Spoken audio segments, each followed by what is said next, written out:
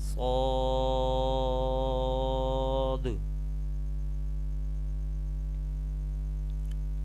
ضاد،